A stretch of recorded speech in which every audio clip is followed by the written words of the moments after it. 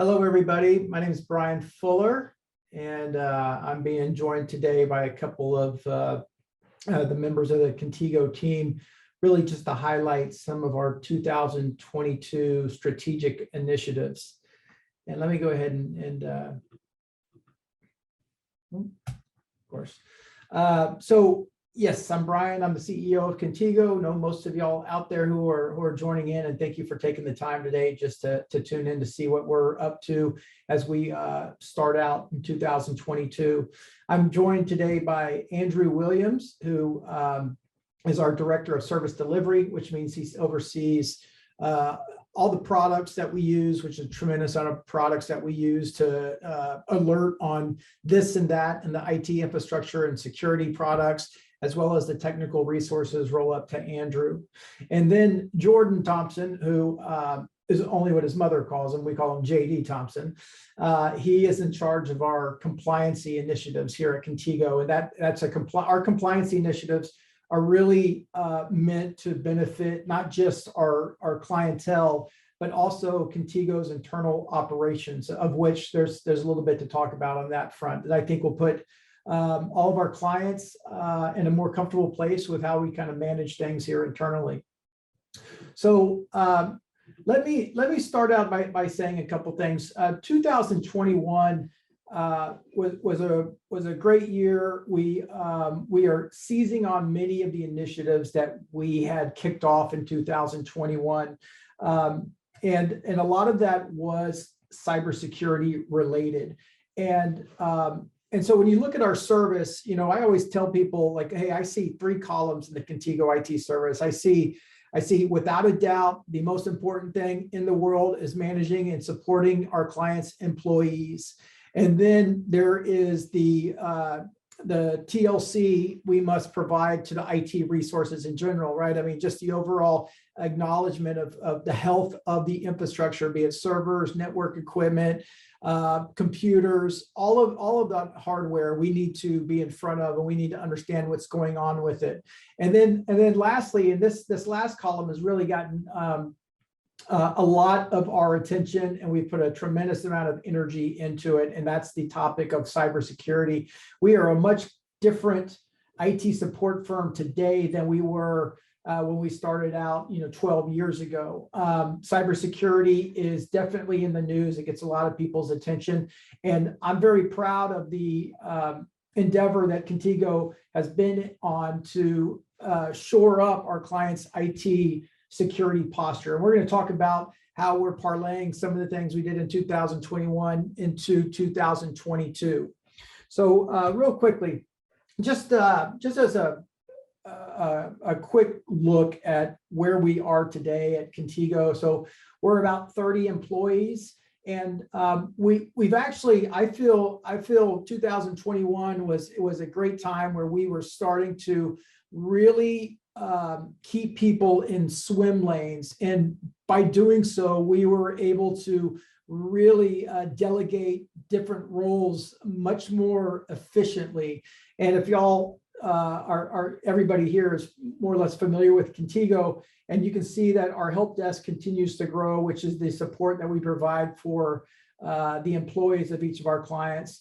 And then we created a secondary group this past year, which continues to grow, which only has to do with new user setups and offboardings. That was a new division that we made, and it's been really, really successful. One of the more successful operational initiatives we had, and we continue to make it better and better. And then, of course, we have all of our network admins who are, who in their roles, we have segmented our client base and assigned a specific amount of clients to each one of the net admins so that they know what's going on in the background of the IT resources that those clients are utilizing. So as an example, the network admins, many of you have a direct relationship with them. They are much more sophisticated and there to help on much more strategic issues, and also kind of guidance on strategic directions, be it our clients have any strategic initiatives they have on their plate.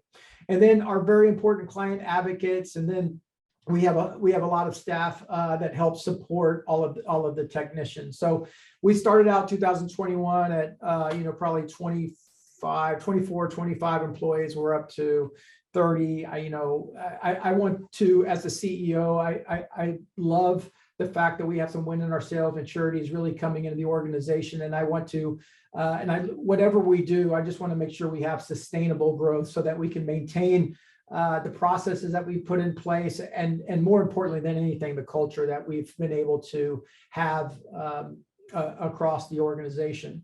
So let's talk about just our company.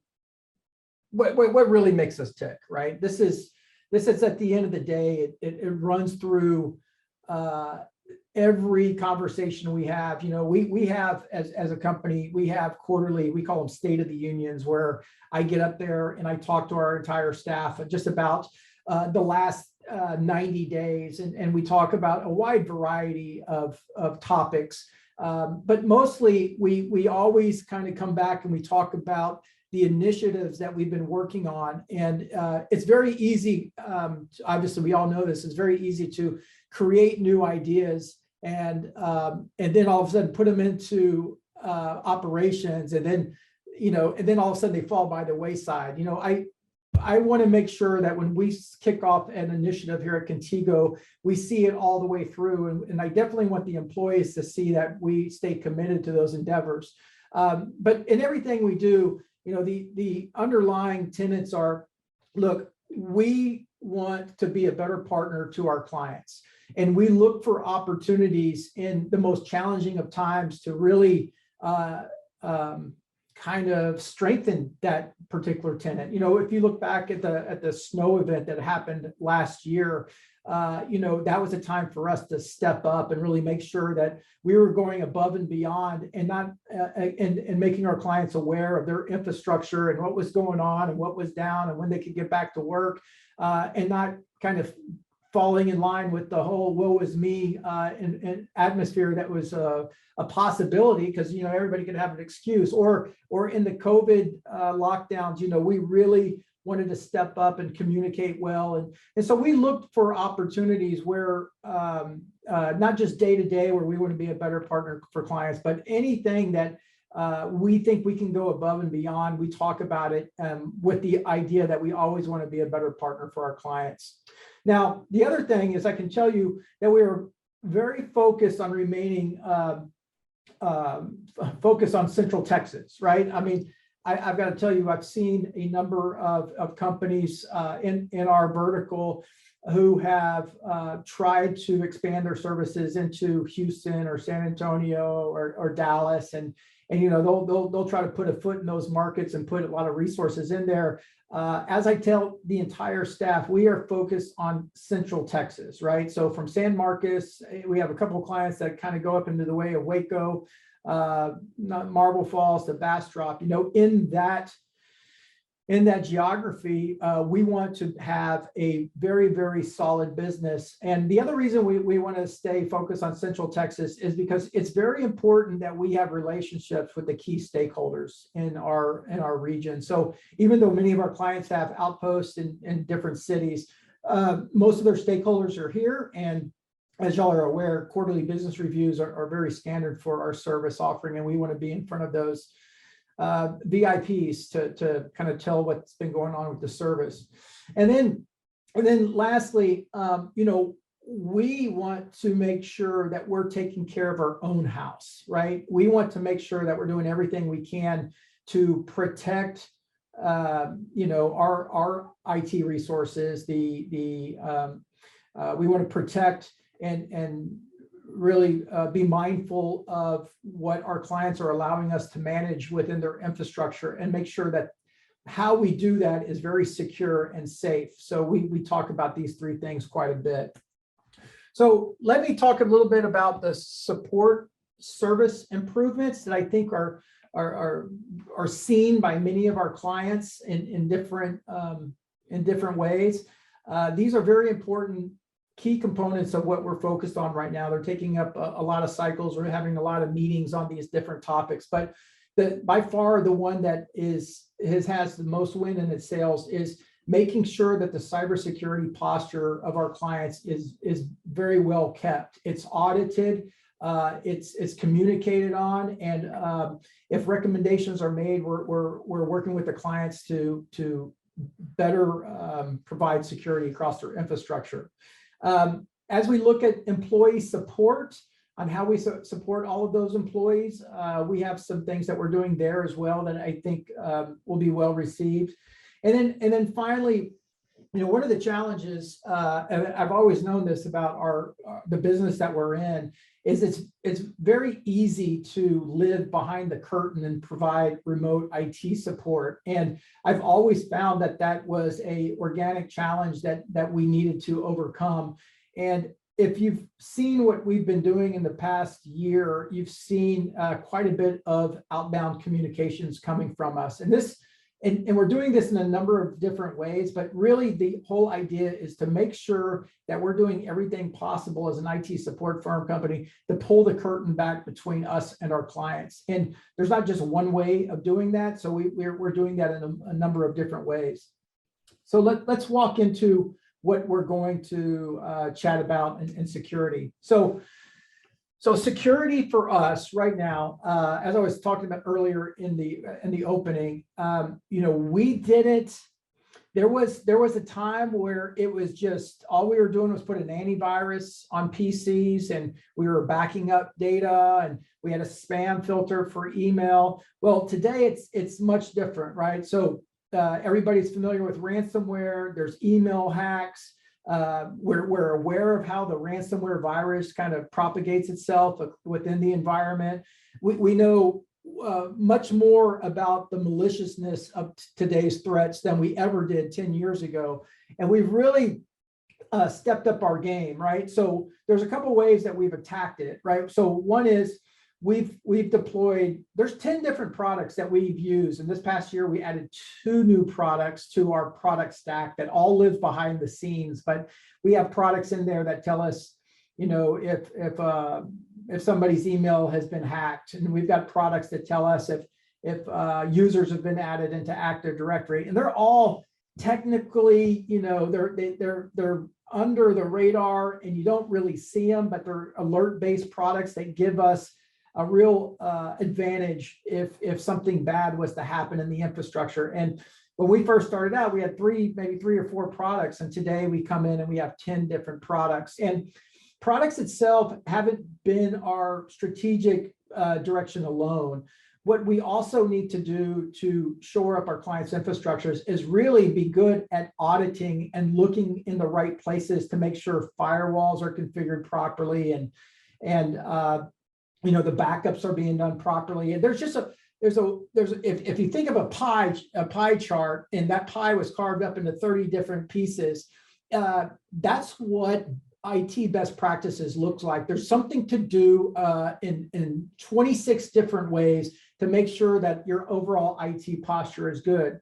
And so what we've done is we've gone and audited our clients against 26 industry best practices for IT. And we've used a new product, My IT Processes, to help us build out that direction for that client. And it's been an excellent way in which to continue to have long-term conversations about the right things with our clients. And the way this was put together was, using JD Thompson as our compliancy officer and sending him to training on a variety of compliancy initiatives and bringing his knowledge back and using that knowledge and building out this go forward plan. And so in the third quarter of last year and for the remainder of this year, we are going to each one of our clients, and when our client success managers ask for business reviews, the business reviews are specifically to reflect on what we found on all these security audits. We've probably done 10% of our clients, maybe more, maybe 20%. And we continue to knock on the door to ask our clients if they can schedule time so we can go through all this stuff. And we just think it's an excellent platform for us to continue our relationship.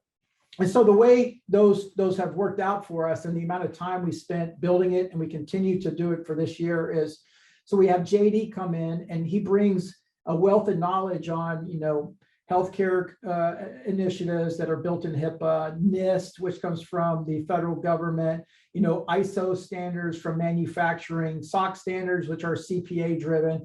And we take all this knowledge and we've built it into this kind of auditing template that we have.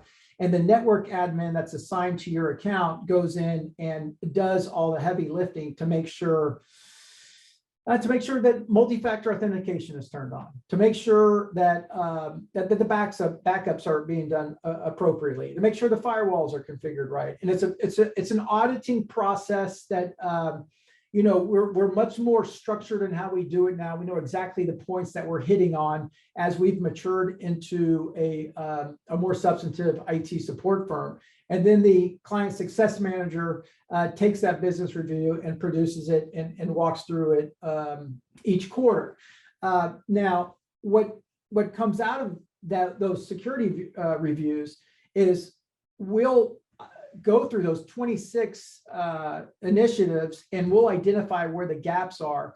And it allows us to communicate very effectively about those gaps and for us to make recommendations on addressing those gaps, right? So some of those gaps, that we came up with and that you'll continue to see, because they're pretty consistent, is, deploying multi-factor authentication, encryption on PCs, getting the employees to start participating in their training, making sure all the software that you use is patched and it's supported, taking a look at hardware and doing all of these things that allow our clients to stay in a very healthy security posture. Because at the end of the day, when the news comes out, and there's always something, right? And it's always cryptic, and it always comes out on a Sunday afternoon and it disrupts your day.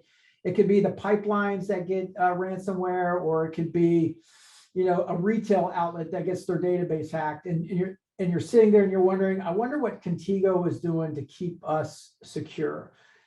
And we want to let you know through these business reviews that what we're doing is very substantive and it's coming from a higher power than Contigo. And we continue to do it, and we continue to do it through the latter stages of 2021, and we're going to continue to do it all through this year. So that's a big initiative for us.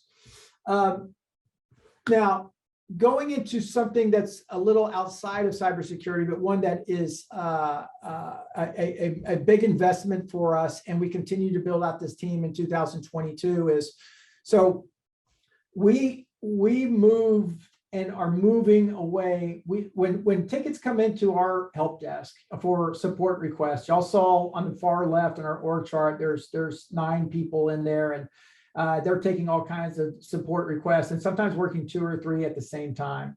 But what they cannot be doing, and it was always a bad idea for them to even try to do so, was to try to go through the process of setting up a new user. A new employee at a client comes with a level of focus and getting it done right that is hard to do for a help desk. So we created a new user setup team, and we put it in kind of a conveyor belt type approach. And this team continues to grow up, will be added to in 2022 because it's been so successful for us. But the conveyor belt is, if John Doe gets hired, the hardware aspect of it needs to be set up. The applications go to another person to set up, and then the manager of the team reviews it before the PC is set out. And it's really interesting when you look at our ticket ratio for what employees send into us, when you stack new user onboardings and offboardings onto it, which was about 15 to 20% of our inbound tickets. And we took those tickets and we built this team to address those tickets, but more than anything, just to build continuity in the process. Now, for 2022, there's a couple things that we're doing.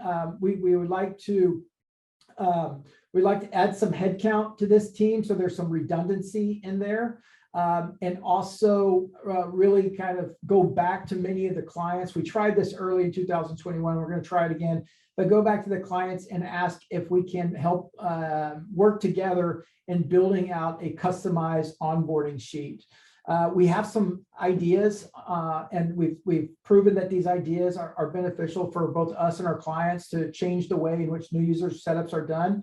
So the client success managers are engaging clients who don't have a customized document and helping walk through that process and really kind of talking about the benefits of moving away from the simple idea of building out John Doe to look like Jane Doe, and instead of building John Doe to look like, John Doe is a part of an organization, be it the sales or the marketing organization or accounting organization, and really kind of putting some policies in place that are repeatable and eventually lead to less errors and issues with new user setups. So that's a big thing. I always say this, it's one of the most undervalued components of an IT support business is the importance of getting a new user set up or offboarded properly. We know I talk to that team. I say, look, the clients are spending X amount of dollars a year on this new employee. They just bought them a $2,000 PC. They had to go through several processes to figure out how to hire this person. And here it is, day one. The last thing they want is a PC that doesn't have access to the network. So we get it. We know what our role is in that, and we want to make that process better, even better going forward.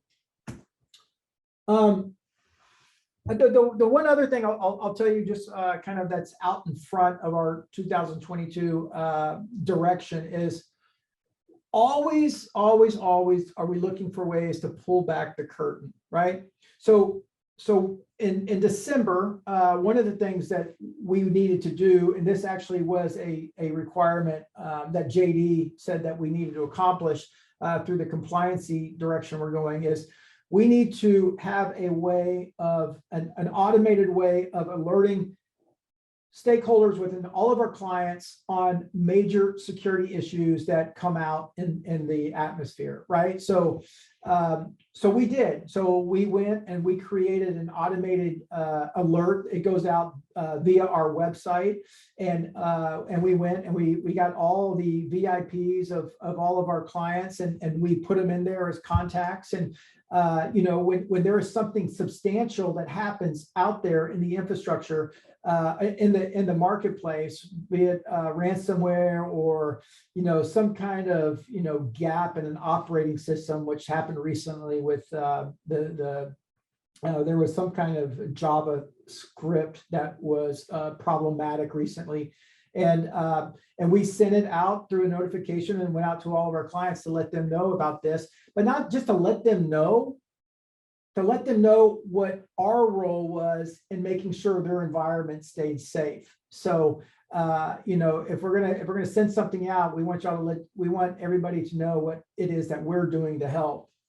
Another thing is, I worked with our client success managers and kind of changed the way going forward that we're gonna set up our quarterly business reviews. Contigo has approximately 85 businesses that we manage, nonprofits, healthcare organizations, financial organizations. Some have 300 employees, some have 15 employees, and they're all very important. And one of the things I wanted to make sure absolutely happens is that we are consistent in our quarterly business review invites. So at the beginning of every calendar quarter, our CSMs send out an invite to every stakeholder within our clients, our main points of contact, asking for their availability. And it's obviously an automated solution, but it allows us to make sure that the invites go out. And we ask for an hour of y'all's time to where we can walk through the last 90 days. And what's interesting about this quarterly business reviews is probably 30 to 40% of our clients consistently take advantage of them. And then the others, you will take them on occasion. I've worked with the CSMs, and I just want to make sure that everybody's seeing the invite and has the opportunity to sign up for them, all the way to the point where the client success managers, I don't want them just to rest on their on these automatic invites. We have some in-house initiatives that will help push some of these QBRs that don't get scheduled all that often along. So they're doing Friday check-ins. So, I want our client success managers to be much more outward calling and checking in with clients and making sure clients who are busy have an opportunity to hear from them and touch base. And in addition to it, I'm really encouraging the client success managers to get more involved with their points of contacts through lunches and coffees and drive-bys, stop-bys for I just want them to see and be on site and meet with the stakeholders and get an opportunity to have a chat outside of just a phone call, as I believe those can be very, very valuable.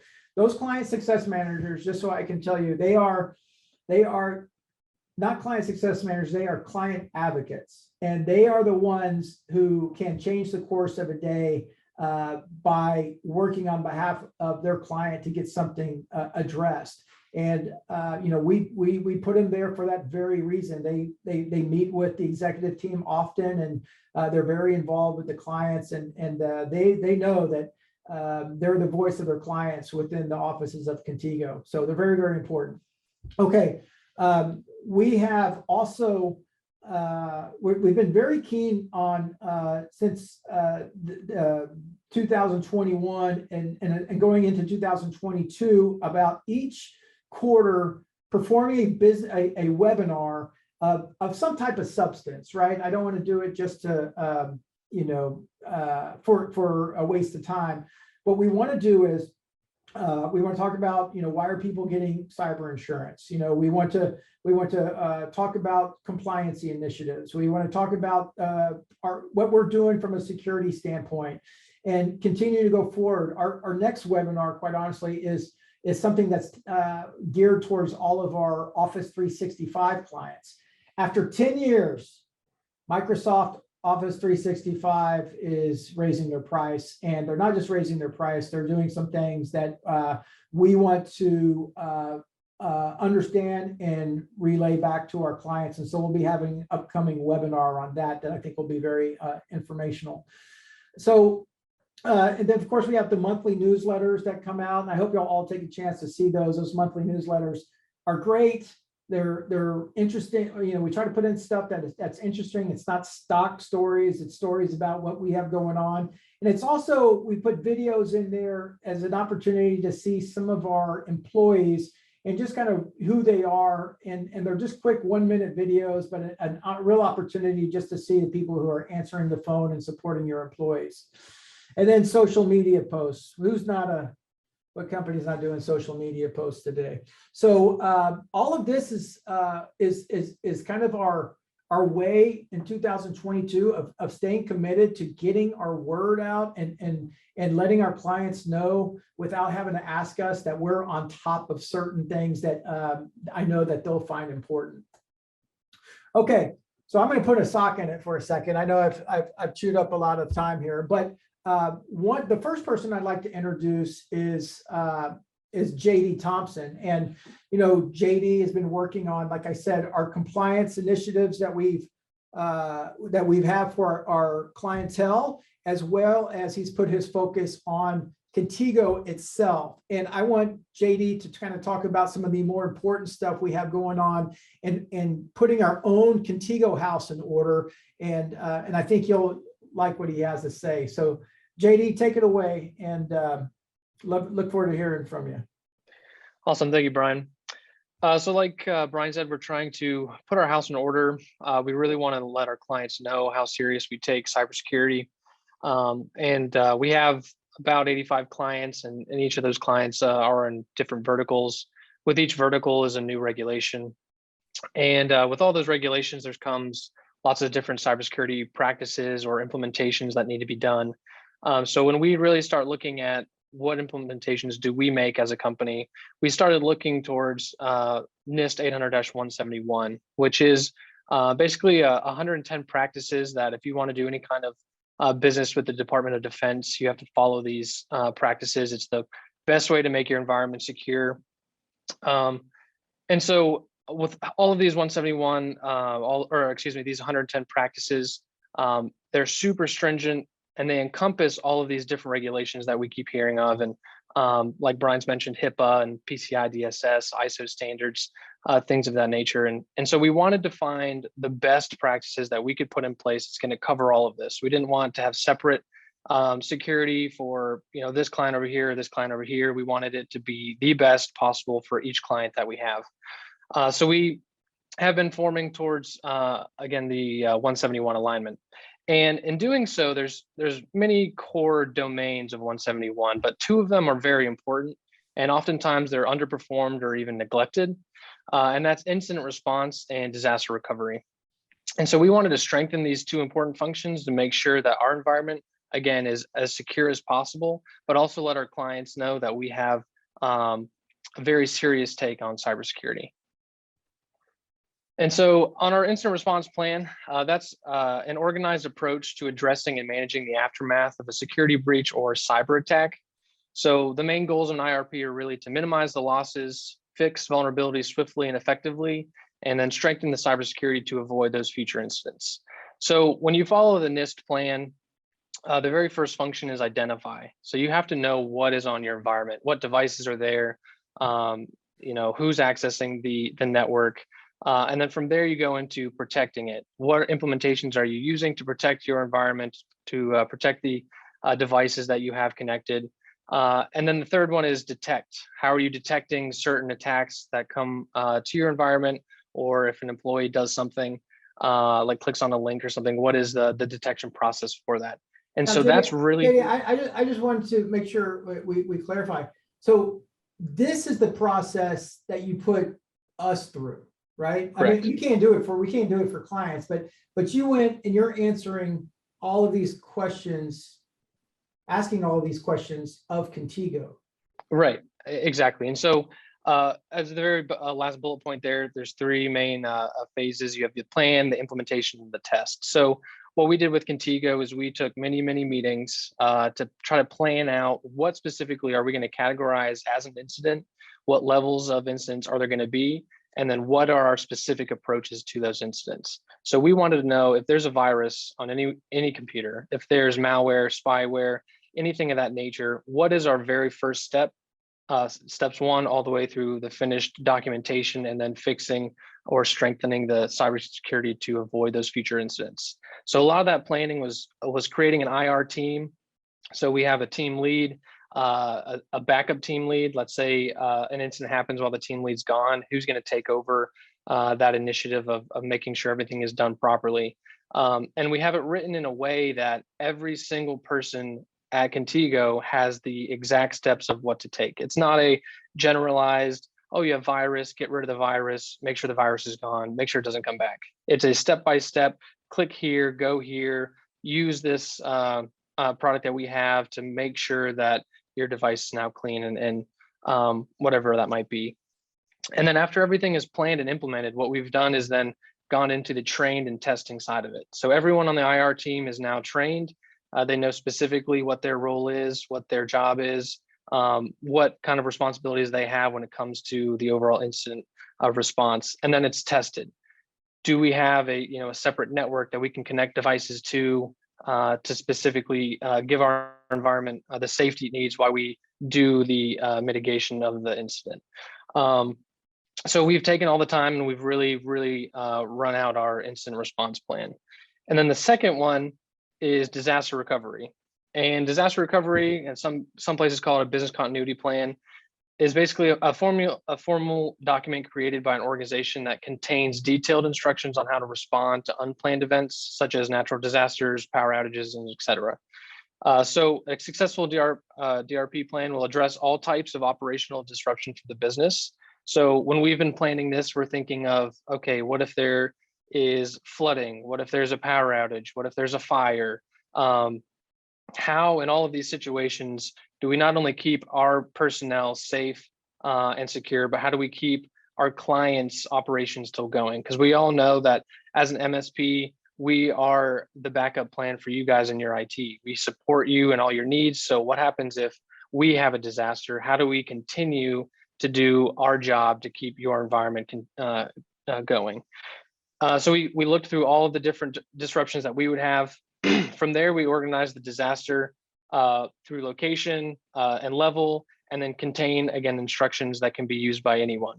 We wanted to know, okay, is this a small, maybe it's a power outage that's 1 to 2 hours. How do we handle that as a company? How do we keep our SLAs going? But maybe it's, for instance, we just had this pandemic. So when everyone gets forced home, how do we keep our operations going? Again, we only have one main office, but if it's built into by location, you want to have each location specified of this is what to do at this location, this was what to do at that location. And again, these instructions need to be that anyone can use them. We want our top tier management to know what their roles are, all the way down to tier 1 techs, the CSMs, everybody, just to know specifically, this is my role, this is my responsibility, this is how I let our clients know, et cetera. And then very final piece of this is tested. We wanted to make sure if for some reason our office is uninhabitable or we can't use it, how do we keep our business going? And those are 2 really important things, again, that often get overlooked, but just allow the cybersecurity practices for us and the continuation of our SLAs to our clients to keep that as smooth as possible. So I watched JD and the team. I told JD I said we need to take this stuff seriously. Contigo is fully supportive. I want all of these processes put into place, and it took a tremendous amount of time to pick apart the different moving pieces of our business and consider what could go wrong, and all the way down to, we have so much stuff that gets shipped to us throughout the day, different pieces of hardware, like how and where do those get sent if we can't come into the office? We just really try to explore every possible option. And then the training of people, which has been, a process unto itself.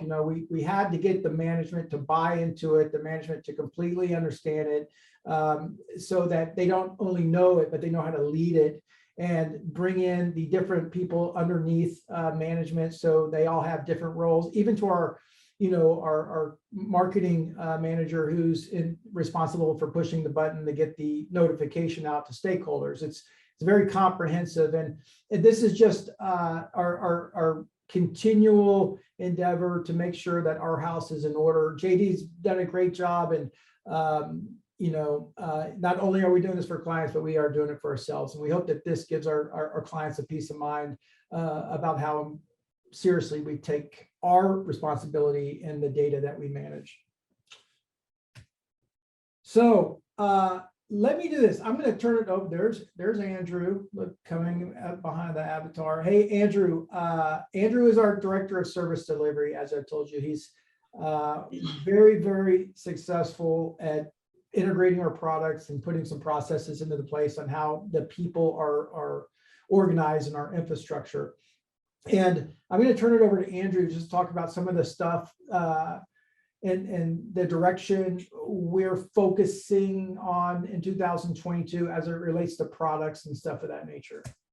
So Andrew, I just pulled up this screen with all kinds of colors and whatnot, and it's probably confusing to the average passerby, but to you, like you're a mad scientist on how this has all kind of been put together. Tell us what we're looking at here.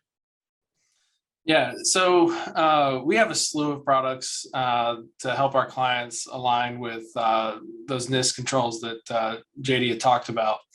And usually when we take over from MSPs, they might have 2 or 3 products when we onboard a new client that we have to take off. Maybe an antivirus, an RMM, or a spam filter. But usually we come in with about 10 different products that we've handpicked to align with those controls. And those products do continually get updated. And so I'm constantly keeping up to date on the changes and new features to see how they can benefit our clients. And then we also make sure that our employees are trained bi-monthly on how to use new products that we get and those new features.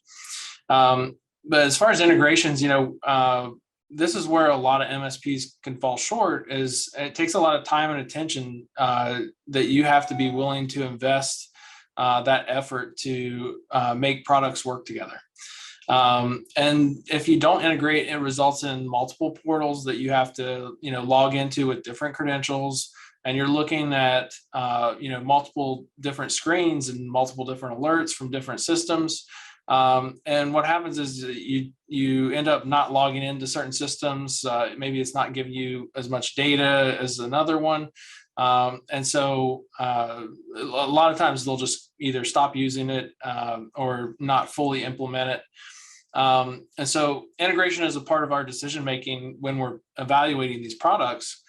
And we're looking to see if it can be integrated with the existing product stack that we have. And so I've integrated each product that we use so our technicians can have a single pane of glass that streamlines that effectiveness of the products to make sure we're getting the full potential. And this is really where you're bringing all the alerts into. This is our in-house ticketing system, which the clients don't really see, but all of these blue components here are comprised of different products that we use.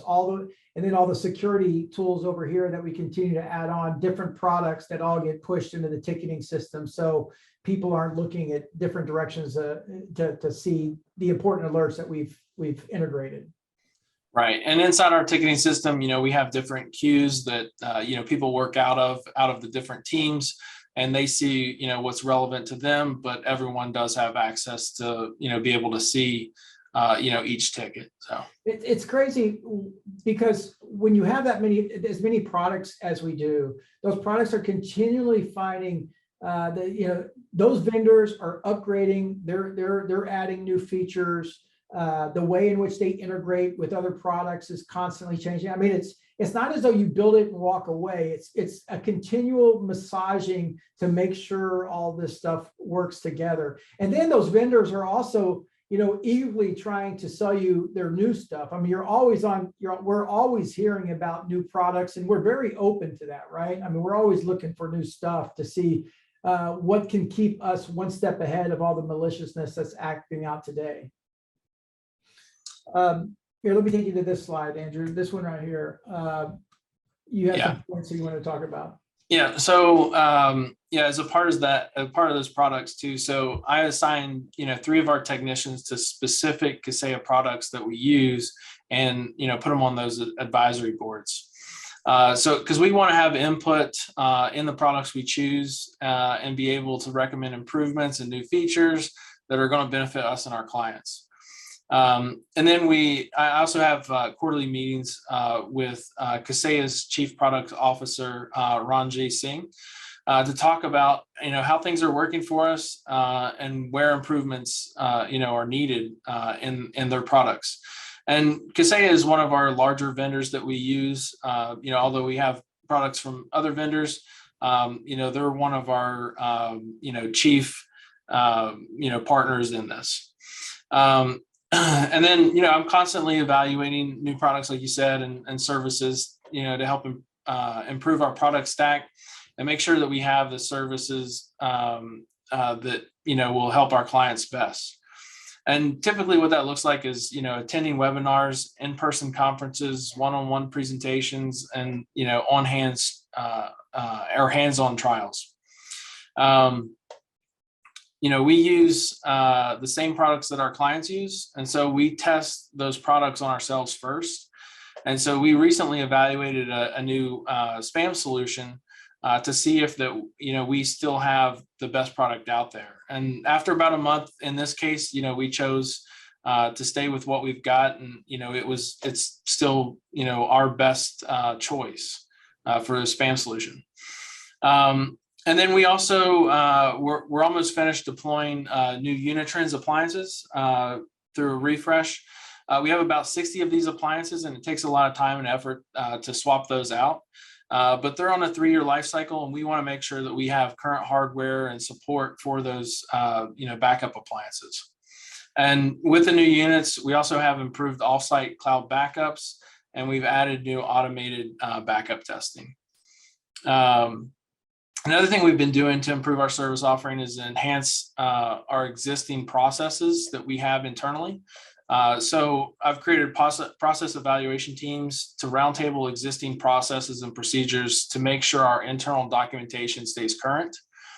And we do bi-monthly meetings, and the last two that we recently did were onboardings and backups. Yeah, so that's a handful of things that you've got going on there. We feel like, I think Andrew mentioned at one time, when we go ahead and take on a new client, we're typically taking off 2 or 3 products and we're putting 10 products on. And I think that you can look at that in a couple different ways. Yeah, we're sensitive to what we're able to accomplish because we got this compliancy thread running through our business, but we're also nimble enough, and we're not affected by outside parties, outside investors, or to do anything like that. We want to have a great product, and we want our clients to be safe. And we know that if we can buy something and it keeps us a step ahead of the game, then we go out and do it. And we've done that several times. And that's as a way to, and hopefully, as a result of that activity, we want our clients to see that we're continually investing in our service. I know I'd want to see that if I had Contigo, if I was, if Contigo was managing my infrastructure, I want to continually hear that they're doing bigger and better things for their IT service. So we hope that our clients can see that. At the end of the day, we know what we are and we know what we're trying to do. We want to be a better partner to our clients. We're going to remain on Central Texas, and we will continue to take care of our own house.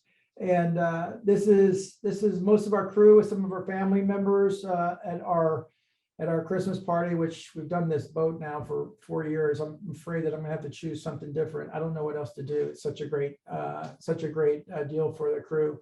But that's us. We continue to grow. We're very thankful for being able to provide this service to our clients, and we take our role very seriously. If as a takeaway, if you haven't received a quarterly business review where we're doing the cybersecurity footprint, please do it. It's most of our time and effort and energy and the direction we're going is in cybersecurity and keeping y'all safe. And we want y'all to know what your overall footprint is. And if there's anything that we need to do, it's very, very important. So please sign up for that. I thank you very much, Andrew Williams, Director of Service Delivery, and Jordan Thompson, Compliance Manager. Thank you guys very much for joining in. And if you have any questions or comments, just shoot them on over to info@Contigo.tx. Thank you again for letting us be your IT service provider, and we're looking forward to a great 2022. Thanks for joining today's webinar.